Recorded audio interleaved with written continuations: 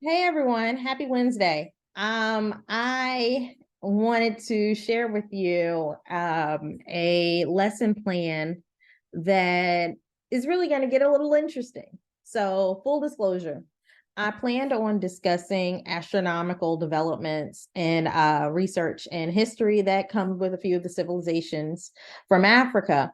But I started to notice there was a pattern between one specific star and different civilizations and peoples of Africa. So I said to myself, uh, as someone who enjoys history, when we start seeing trends, when we start seeing patterns, there's something to be explored here. There's something that we can learn more about because, one thing popping up is a circumstance, but if it continues, then it's a trend. So let's have a discussion about that. So today and tomorrow, we're going to discuss astronomy, but this lesson that we're going to be presented today, this one built out of my research for preparing for tomorrow's lesson.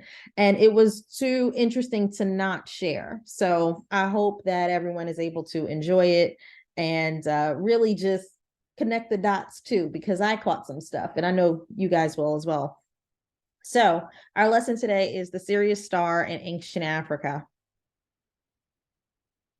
Now, while European Renaissance may have advanced astronomy, there were some ancient African cultures that were already doing astronomy and had their own discoveries. And those discoveries are still, prevalent to this day, and they remain the foundation on which we rely to this day. Some were so advanced in their discovery mode that some things still are unexplainable. We'll talk about that. But today's focus is specifically the Sirius Star. So, the three countries of reference that we're going to discuss today and the cultures, Mali, which is Western African nation, and Sudan, which some people consider Northern Africa, but I kind of think that since its proximity to the Horn, it could be considered East. But you make your own decision. And Kenya, which is definitively East Africa. So let's talk about the Dogon people. I did find a photo online. These are Dogon people today. This is not a civilization that is far removed from the world. They're still in Mali, thriving. Um, Dogon, Dogon civilization was at one point the most educated in the field of astronomy during ancient times in Africa. The civilization based many of their traditional ceremonies on space events, and they had intricate details about the Sirius star system. A lot of this information about what the Dogon people knew didn't really come to light until I want to say the late 60s and 70s, when a lot of researchers and archaeologists made contact with them and wanted to talk to them and learn more about them and their civilization. So these people are having conversations with the Dogon people, and they learned that thousands of years ago, they had knowledge that Saturn had hundreds of rings, Jupiter had numerous moons, and they even knew thousands of years ago that the Milky Way, our galaxy, was a spiral structure.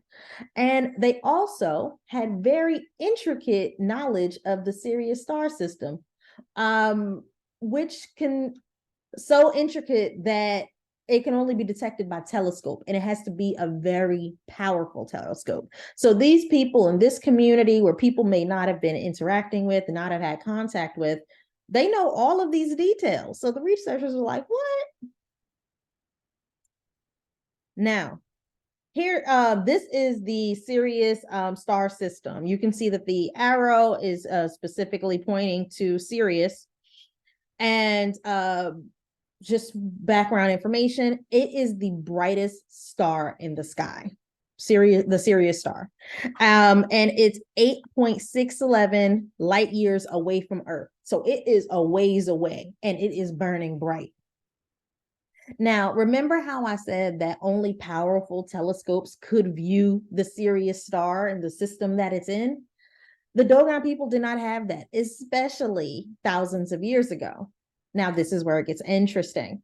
Remember, a lot of African history is oral. Some tribes would have a designated historian. Think of them like a human library of sorts. People had access to them and say, hey, teach me something about this. And the person would have the knowledge. They were trained to have the knowledge about certain concepts to be their living historian for the tribe's resources.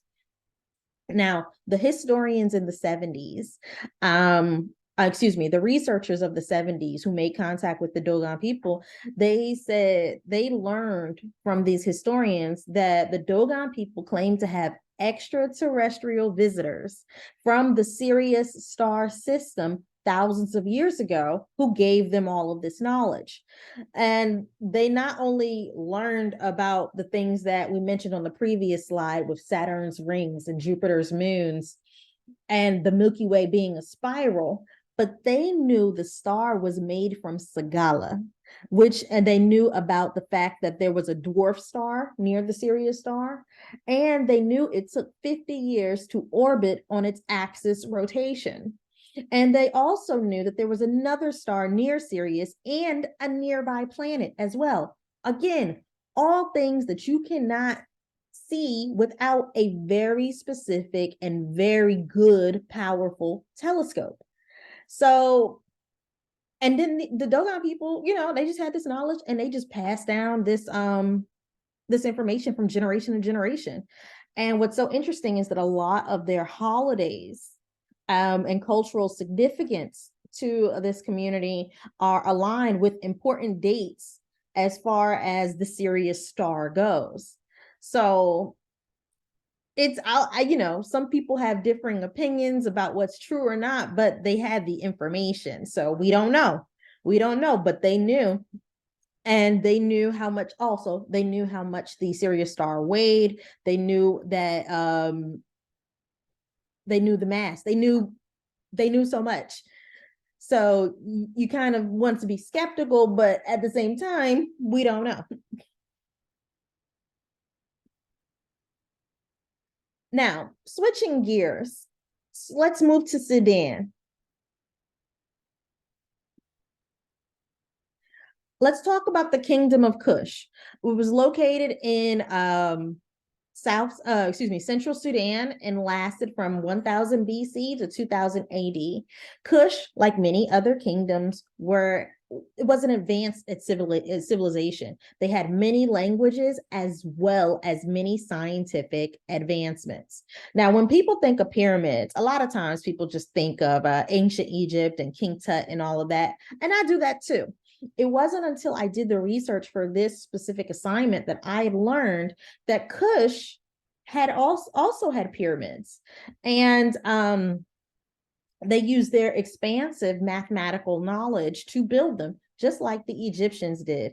I did also learn in my research that at one point there were a lot of, before Kush developed its own kingdom, the Kushite people did live in Egypt. So it's possible that they learned a lot of things or shared resources and learned about pyramids and certain structures, and then brought that, down when they developed their own kingdom. So all of that is possible. Or it's also possible that they were there and assisted with the building of the pyramids. Speculative, I know, but I just thought that was, interesting to add.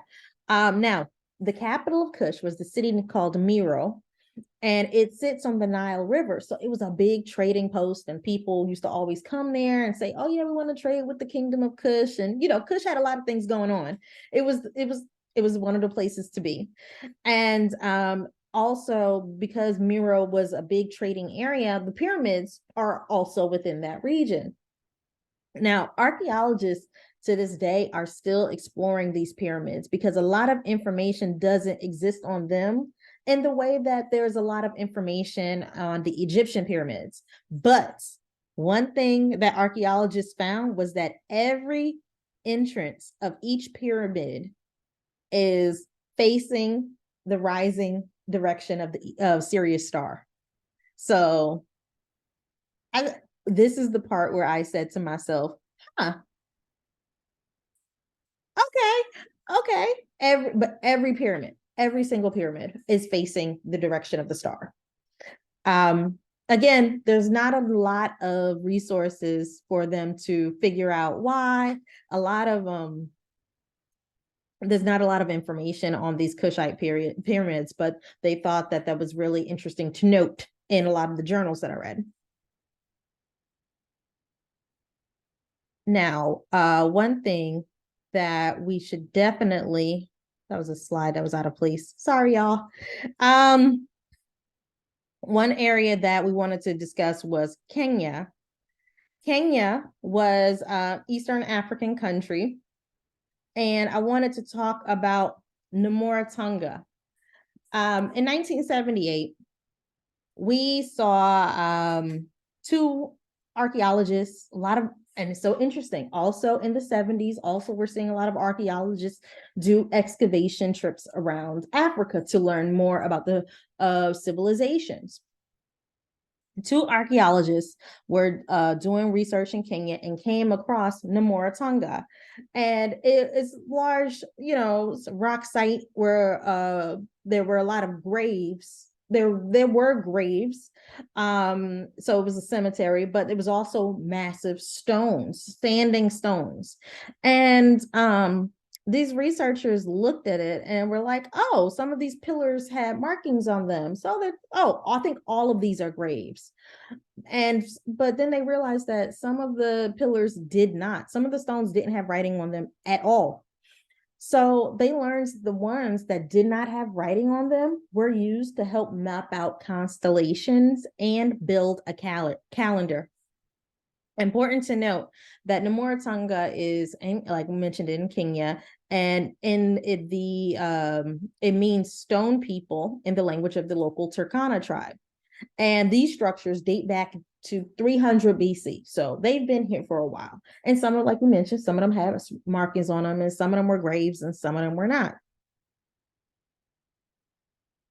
Now, interestingly, the archaeologists' research, they looking at all of them, they realized some of them are slanted and some of them are just straight up. Some of them lean a little left, some of them lean a little right, some of them kind of lean not so right, all of those things. But they learned that this was to help the people identify the months by the rising of each of the 7 star constellations in relation to the new moon. So this is how they were able to calculate and build and develop a calendar based on when we were to receive a new moon. Now, each star or constellation appears in line with each new moon. So they were doing the math and saying, okay, well, we know that this is the star and these shadows are cast on these stones for in a specific way, then maybe we have about 4 or 5 days till the new moon comes. And, they were able to figure that out. And they, when archaeologists did the math, they saw that some of them came out about 12 degrees off, but they said that that could vary based on the Earth's rotational axis. So they were, even though they used stones to calculate a calendar and to tell time and to calculate the moons, they were pretty close to accurate. Now, as we mentioned, they built a calendar based off the 7 star groups. And those star groups are Triangulum, Pleiades, which I didn't finish there, but you see it, Aldebaran, Bellatrix, Orion's Belt, Scythe, and Sirius. I know, right? I can't believe it. So what they did do was utilizing the Sirius Star system to assist them in creating a calendar. How interesting. So I'm going to stop my share. That is the end of our lesson today. But I did want to say, what do you think about that? At least for me, I found it very interesting that there was a connection to the Sirius Star system. And as someone who did the readings and did the research, I don't know what to believe. But, the Dogon people said that they had a visitor, right? And that's what their cultural beliefs are. That's fine. But it makes me think that if the kingdom of Kush has pyramids that face in that direction, and Namora Tonga was built off of this and other star constellations to develop a calendar, did they also have visitors, or was there just communication practices between communities and tribes where people just share that information? Remember, we talked about African history being a very much an oral one. So did they just tell each other and then just not share that information externally?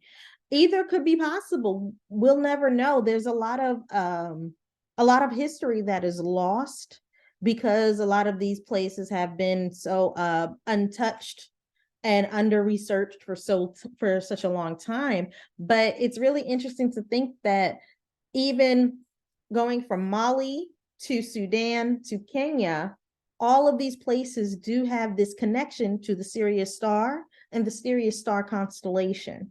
So things to think about. Tomorrow we will finish our section on astronomy, but yeah, I thought that information was way too interesting to not share, and I hope everyone enjoyed it. So have a great day. I will talk to you soon, and enjoy the rest of your evening. Bye.